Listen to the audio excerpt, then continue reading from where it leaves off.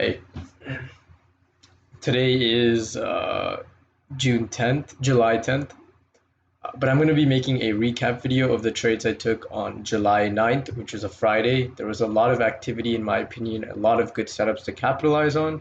So I'm just going to be going over all four trades I took, and yeah, we'll go from there. So my first two trades came off of snow.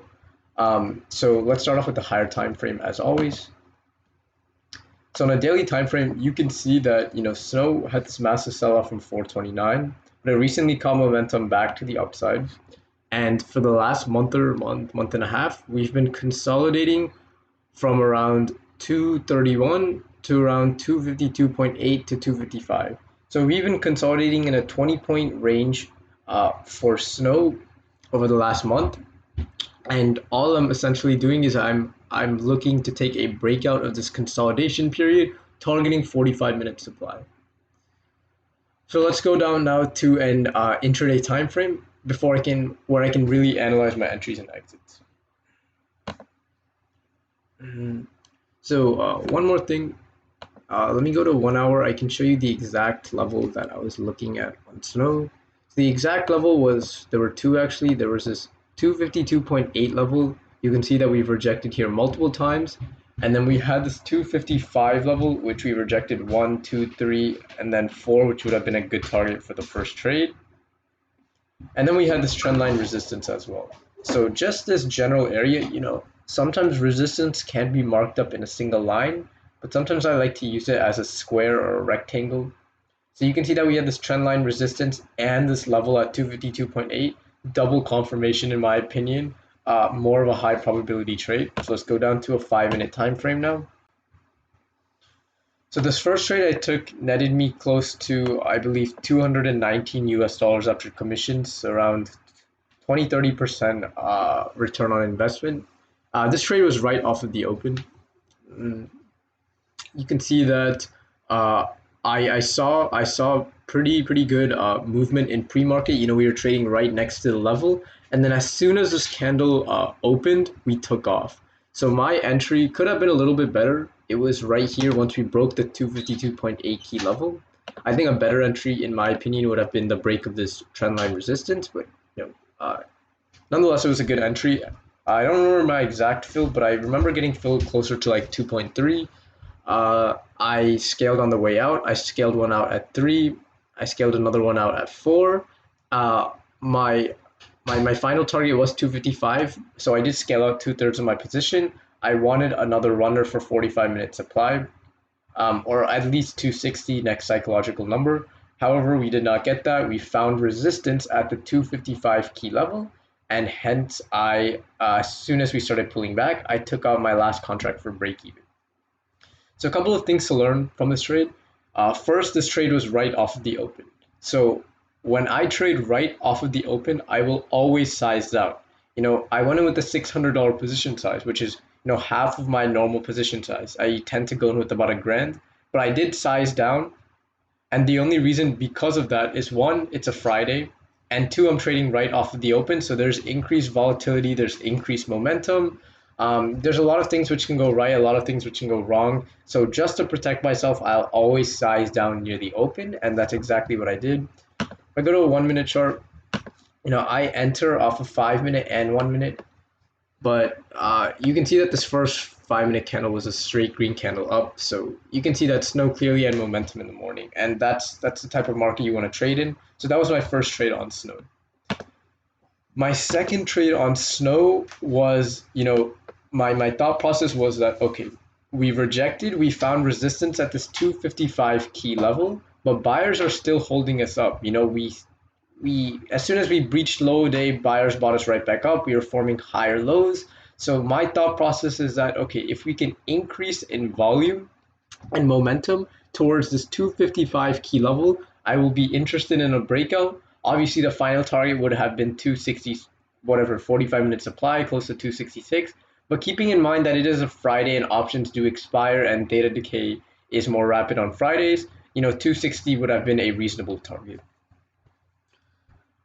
So similar thought process. Same thing. I think I entered 5 contracts around 230ish, 220 maybe. I don't remember my exact fill, but I will show you my entry exactly on a 1 minute chart. So keep in mind that this is something I always preach. I always want to enter before the high of daybreak. The reason for that is traders who enter after high of day tend to get killed. So I want to enter a little bit before. So I actually wanted to enter as soon as I saw this elevated volume. I wanted to enter before 255. However, I did not find any consolidation to enter here, not even on a 1 minute. So what's that? So what that's telling me is that I don't want to buy after five straight 1 minute candles. I want to wait for some sort of consolidation. So you can see that this 1040 candle was a 1 minute period of consolidation I had. So after this consolidation above the 255 key level, I was interested in taking a breakout. So I entered my position size right here, and then I just scaled on the way up. And this may not look like a significant move up, but a move from 256 to around 257.7, what a two about $1, $2 on the options, and considering it is a Friday, is a significant move. So I scale out, and then my golden rule is, if I'm in profit, if I'm taking scale outs which are in profit, never let those contracts go red on you. So as soon as this next candle started pulling in, obviously I'm a little bit more patient with my trades, but keeping in mind that it is a Friday and my contracts were now at break even, I ended up selling my last one or two contracts for like a $5 loss, which is completely fine. In this case, yes, I missed out on the huge move up, but this could have easily reversed, and my last contracts could have gone red, the trade could have gone red. So just to protect myself, I will always move my contracts to break even when I take my first scale outs in profit. This may not look like a huge move. I got a move from 1040 to around 1045, $1 or $2. But this is a Friday and this is a momentum breakout, so I was still able to net close to 20% on this trade, 15-20%, which is a very, very good win in my opinion. So that was Snow.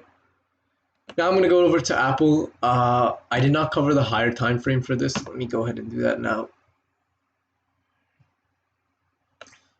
So same thing with Apple. Apple has been consolidating for quite a bit of time. Finally caught some momentum to the upside. We had this resistance level around 144.3. Multiple rejections right here. You can see I'm interested in a strong breakout of this, ultimately targeting all-time highs, which was I think 145.09. Go down to an intraday time frame now. So a couple of things I liked about Apple. In the beginning, I was a little bit cautious just because we were chopping around a bit. But then what I saw is I saw a decent amount of volume for me to consider the trade. So what do you call it? Okay, so Apple is consolidating the beginning. Then we approach my level of 144.3. Looking back, the volume isn't great. The momentum isn't the best. But, nonetheless, I did take this trade. If I go down to a 1 minute chart and really analyze my entry a little bit better. So where I entered was, I wanted to enter before this breakout, but I didn't want to chase this 7-8 green candle move up. So I saw 3 or 4 minutes of consolidation on 1 minute, took it at 10:07. And then as soon as I took it at 10:07, let me just highlight my entry right here on this candle.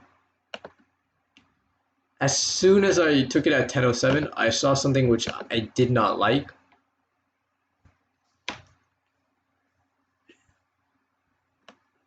Okay, so I entered here. So what I saw is, I saw I was keeping in mind that we were a little bit extended on a 5 minute, but I was okay with that because I knew that if there was momentum backing us up, you would easily see 145. But what I saw is this huge upper wick, and then we failed to get above it. And then as soon as this candle closed, I noticed that we closed on a little bit of decreasing volume. You can see that on strong breakout candles, this 10:05 candle is technically the breakout candle because we're finally moving above this level. On a strong breakout candle, you want to see nice volume. You want to see a thick bodied candle with no upper wick. But in this case, I saw the complete opposite. I saw an upper wick. I saw a decreasing volume. So these are red flags for a breakout. So this is a point I want to cover. The way I deal with stop losses is I'll generally always wait for a 5 minute candle close before before taking my stop loss. But in some cases, I will change my stop loss if I don't feel confident in the trade, and that's exactly what I did, and I saved myself quite a bit of money. This may not look like much, but this is a Friday. Keep in mind, so premiums, this candle itself was probably a 20-30% loss on the premiums.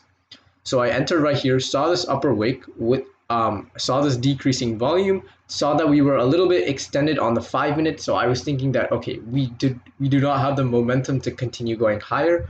Hence, I need to change my plan. I'm not going to wait for a 5 minute candle close. As soon as I saw weakness in this candle, I just got out, accepted the loss, took a $27 loss on about a not a 1K, maybe like an $800 position size. So, I lost about a percent or two, which is phenomenal risk management from my end.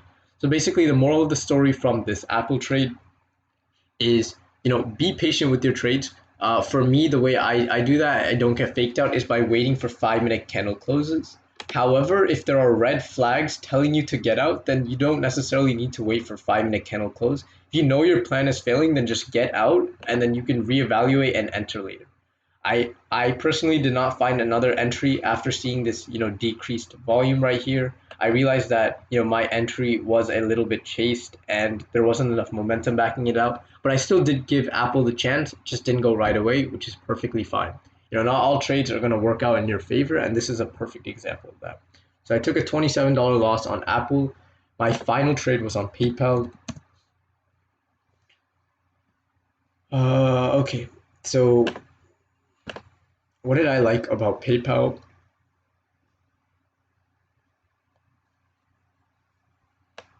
There were a couple of things I liked about PayPal. One is that PayPal has recently caught momentum to the upside now. A couple of major levels I see on PayPal. It's not the clearest, but we do have this 299.4 key level rejected one, two, three, four, 5 times, and then what really validated this level is fast forward a couple months, maybe even a year, is the fact that we came this Wednesday and rejected the 299.4 key level perfectly. So not only do we have this 299.4 key level break, but we have this 300 key level break. And I know 300 is a key level because 300 is a key rounded psychological number, meaning a lot of traders are interested. So just this general area from 299.4 to 300, if we can get a strong breakout of that, we should probably see a move. All-time highs was 309, which was a little bit unrealistic, so I was targeting 305. Let's go down to a 5 minute time frame now. So a couple of things I liked about PayPal. We were a little bit choppy, but as we started moving towards this level, what did I like? I saw this increased volume. I saw this increased momentum.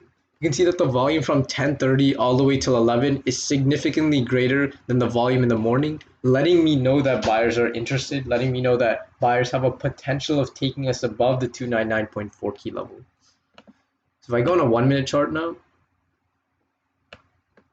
you can see that I was getting ready to take a breakout. However, I did not find a proper entry. To me, this was just a straight move on a 1 minute chart. So personally did not see entry in this. Also, we were kind of extended on a 5 minute chart. So what I was watching was, I believe it was a 15-minute RBR. Yeah, this set up perfectly. So you had a 15-minute rally base, and then I was willing to take the 15-minute RBR through the 299.4 key level.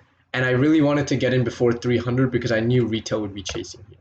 So I believe I entered 10 contracts at a premium price of maybe 65 cents. And then, this may not look like a good move, but keep in mind it is a Friday. So I scaled out accordingly. I took some off here. As we broke 300, I took off another one. I took off a couple more on this. And then as we started pulling back right here, I exited because of a couple of reasons. One, we just broke the 300 key level. However, we have decreasing volume. Let me just show you that. Decreasing volume after a major key level breakout is a very, very concerning sign. So to me, that was my sign to get out. And plus, we were approaching lunch hours. I mean, it was already 1 o'clock at this time. So I just exited my full position. Oh, sorry about that. I did not exit here. That's why I was a little bit confused. I exited close to 11:55. Just highlight that. This was my final exit. Reason for that is my contracts were now close to break even. Again, we had massive volume through the 300 breakout. However, we could not hold the 300 level as shown. We had decreased volume, letting me know that buyers are not ready to take us above 300. So I ended up stopping out of my last 3 or 4 contracts at 11:50, 11:55. So I believe I netted close to 189 US dollars on this trade on a $660 investment. So that's probably close to around 20% return on investment. So this was a phenomenal trade in my opinion. Wanted more follow through. However, I did not get that, which is completely fine. So this just reaffirms a couple of, oh wait, let me just highlight my entry for you guys again. Sorry about that. It was just a 15-minute RBNR here. So let me just highlight a couple of lessons which I've picked up over this last week. In my opinion, Tuesday and Friday were the best days to trade. I netted over $600 on both days, and then Wednesday and Thursday were not the best conditions to trade in. You know, if I was a perfect trader, uh, if I was a perfect trader, I should have traded exactly like I did on Tuesday and Friday and netted over a grand. And then Wednesday I should have took maybe like $100 loss, and Thursday should have been a break even day. So that just goes to show that you don't need to win every single day. What you need to do is follow your plan, stick to your motions. I know the way I trade is going to consistently make me money in the long run. So if I just stick to what I'm doing, I will take losing days. However, the profit for the week should always be break even or green. And going alongside that, every trade should be a small winner, a small loser, or a small winner, small loser, or a big winner. So let me show you examples of that. PayPal, 20-30%. I guess that's a decent sized winner. Apple is a perfect example of recognizing that my plan failed and I got out immediately, hence a small loser. If I held through this chop, my premiums would have got killed. So recognizing that my plan failed, I took the small loss on this. And then Square. No, no, I don't know why I say Square. Snow, my bad. Snow, if I held for this entire time, obviously I didn't because this candle faked me out. But, if I did have the patience to hold through this was a 500, 600% return on investment on the contract. So this is a clear example of a big winner. The thing we have to understand as traders is we don't know if our trades are going to be small winners, big winners, or small losers. All we can do is take the trades with confidence, recognize what's happening in real time, and then just act accordingly. So those are just two huge psychological lessons which I've learned, and I'm doing a better job of implementing myself. But I'm going to end the video here. I hope you guys have a good rest of the weekend, and then I'll be back to trade again on Monday.